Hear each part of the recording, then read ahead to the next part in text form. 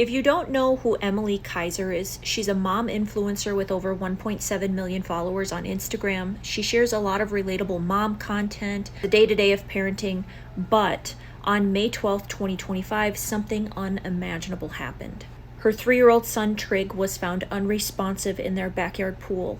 He was rushed to the hospital and 6 days later, he died. Now, that's already a nightmare, but it didn't stop there because people, complete strangers, are trying to get access to the video of his drowning. They want to see the footage. They want the 911 call, the body cam, and Emilie is fighting in court to stop that from being released. And as a mortician who has worked drowning deaths, especially with children, I need to explain what's really going on here and why she's right to try and seal it all. When a death happens, especially one involving a child, there's an investigation. That's true even when the cause of death is clear, like drowning. The medical examiner's office still does a full autopsy, there's toxicology, photos, scene documentation, and yes, if there's surveillance footage of the incident, that's collected too.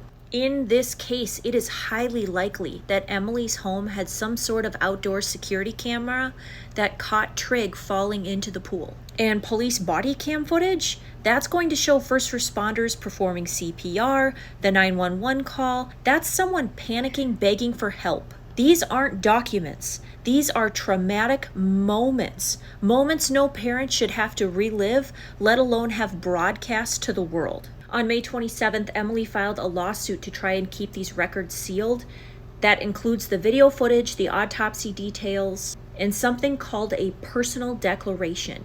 Basically, a written account of what happened and how it affected her. And she didn't do it because she has something to hide. She did it because over 100 public record requests have come in, and people are literally asking to see the footage of her son dying. A judge granted her temporary confidentiality while they review everything. Her team said that the public still has access to the case filings, to the legal facts, but they don't need access to everything, and they're right. Let's not sugarcoat this, because people are asking for video of a toddler falling into a pool, police body cam footage of CPR, potential audio of someone screaming, crying, or begging for help, autopsy details about a 3-year-old's body. And for what?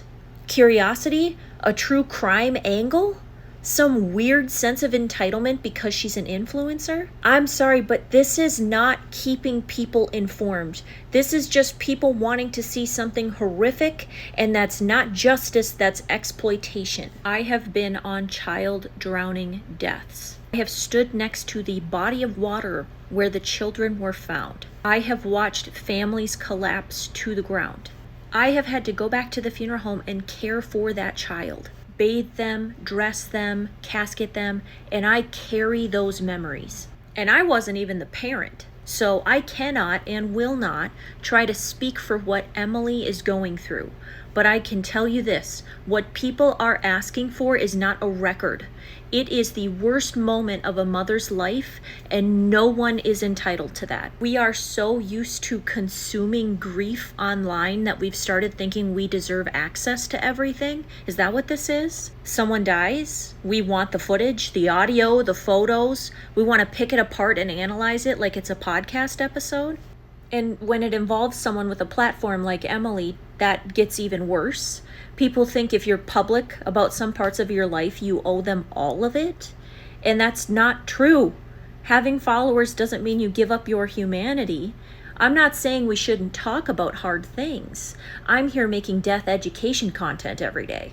I believe in transparency, but there's a difference between educating the public and feeding morbid curiosity. You do not need to see this child's final moments to understand what happened.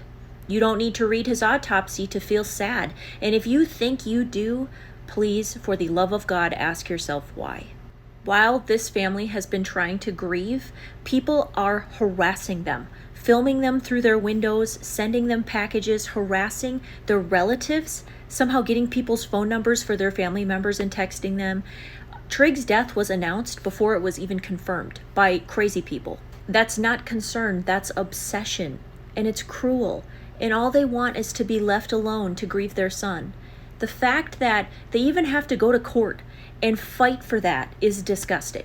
If this family loses and the judge doesn't grant her privacy, what does that say for the rest of us? Grief is only private if you're not famous? That your trauma becomes fair game the minute you post a morning routine video? We have to draw a line.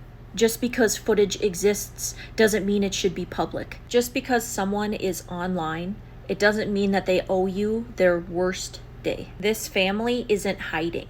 They've cooperated fully with investigators. They're not blocking justice. They're trying to protect their child's dignity. And as a mortician, I've seen what trauma does to families. I've seen the ripple effects. And I can tell you this, footage like that does not need to be seen to be understood. So here's what I'll leave you with. If you care about kids, if you care about families, then respect their right to grieve. Let them have this one thing and let this footage stay sealed. And let me know respectfully what you think in the comments. Do you believe families should be allowed to seal this kind of footage? Or do you think it's part of public record? Let's talk, but let's keep the humanity in it, please, for the love of all that's holy. Okay, rant done. Thanks for listening. Bye.